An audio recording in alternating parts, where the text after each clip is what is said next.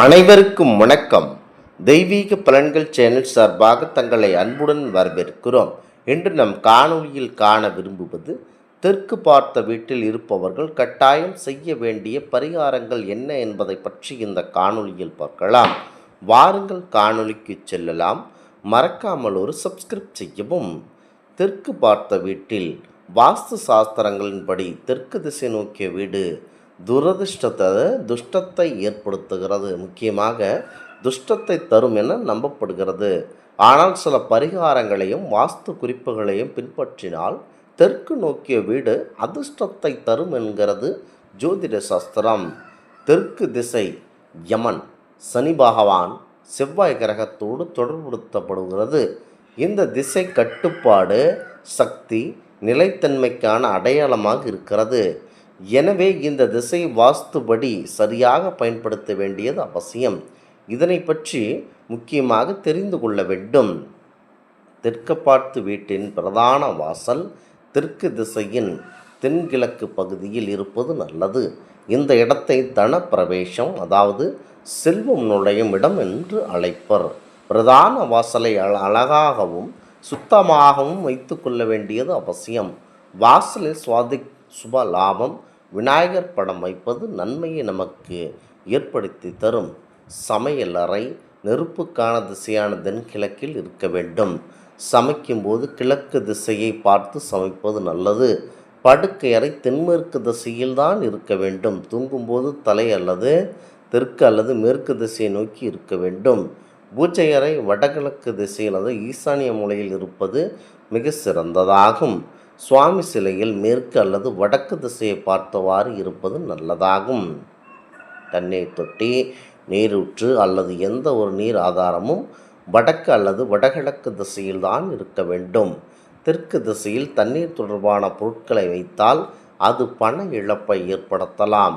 படிக்கட்டுகள் தெற்கு, தென்மேற்கு அல்லது மேற்கு திசையில் கடிகாரம் சுற்றும் முறையில் ஏறுவது போல அமைக்க வேண்டும். தெற்கு திசையை சமநிலைப்படுத்த அங்கே கனமான பொருட்கள், ஸ்டோரூம் அல்லது உறுதியான சுவர்களை அமைக்கலாம். தெற்கு திசையில் துளசி செடி அல்லது திறந்தவெளி தோட்டம் அமைக்க வேண்டாம். ஒருவேளை தெற்கு திசையில் வாஸ்து தோஷம் இருந்தால் பரிகாரமாக பிரதான வாசலில் வெளிப்பக்கம் பார்த்த மாதிரி பஞ்சமுக ஆஞ்சநேயர் சிலையை வைக்க வேண்டும். ஒவ்வொரு சனிக்கிழமையும் நல்லெண்ணெயில் தீபமேற்றி சனி மந்திரங்களை சொல்லுவது நல்ல பலனை தரும். இப்படி சரியான வாஸ்து விதிகளை பின்பற்றினால் தெற்கு பார்த்த வீடும் அதிர்ஷ்டத்தையும் வாழ்க்கையில் நிலைத்தன்மையும் கொடுக்கும்.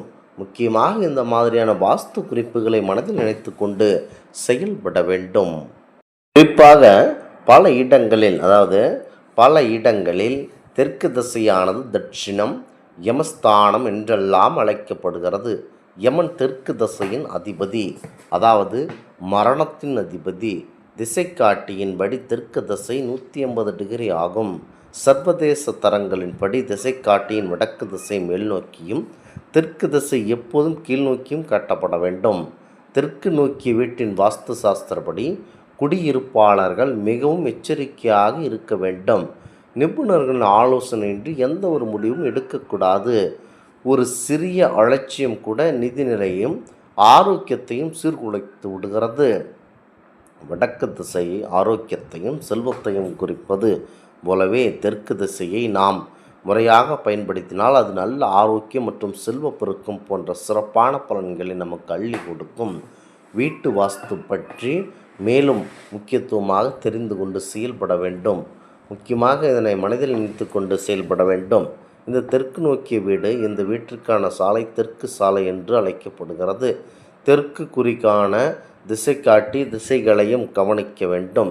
தெற்கு நோக்கிய சொத்தை வாங்குவதற்கு முன் குடியிருப்பாளர்கள் எதிர்கால சிக்கல்களை தவிர்க்க அனைத்து முன்னெச்சரிக்கை நடவடிக்கைகளையும் கண்டிப்பாக எடுக்க வேண்டும். தெற்கு நோக்கிய வீடுகளை ஒரு நிபுணரிடம் காட்டிய பின்னரே வாங்க வேண்டும் என்றும், வாஸ்து பண்டித நிபுணரின் கருத்து இல்லாமல் பரிசீலனையின் அடிப்படையில் எந்த ஒரு முடிவும் எடுக்கக்கூடாது என்றும் நாம் ஏற்கனவே தெரிந்து வைத்து கொள்ள வேண்டும். உதாரணமாக, கிழக்கு திசையில் ஒரு திறந்த வழி இருந்தால் அது ஒரு நல்ல சொத்து என்று கூறப்படுகிறது. ஆனால் இந்த விதி எல்லா திசைகளுக்கும் எப்பொழுதும் நன்மையை பயணிக்காது.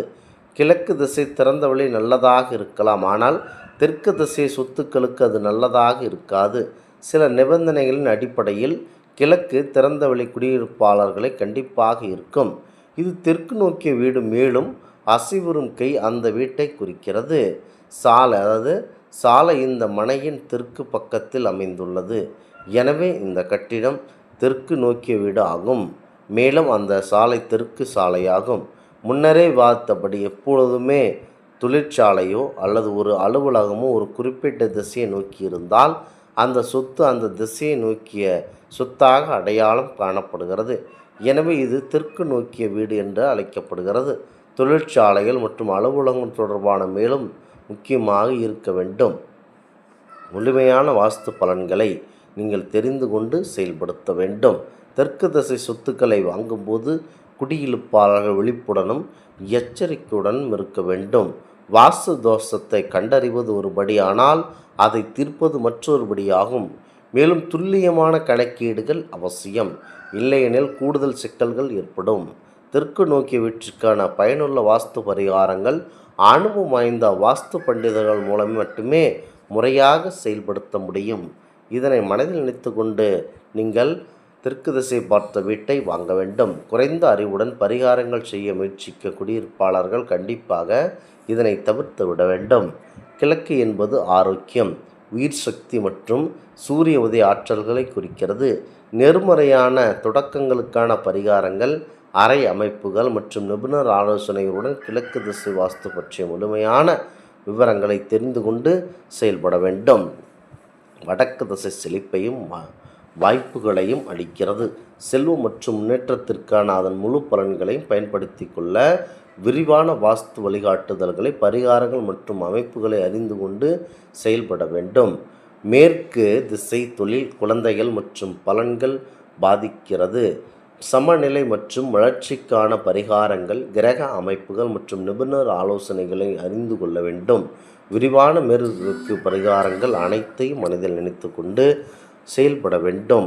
முக்கியமாக தெற்கு திசையை சரியாக அமையும் போது சக்தியையும் ஸ்திரத்தன்மையும் அளிக்கிறது.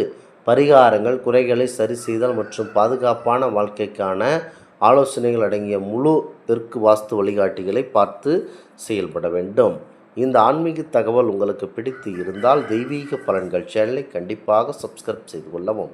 மீண்டும் ஒரு நல்லதொரு காணொளியில் உங்களை சந்திக்கிறோம். நன்றி, வணக்கம்.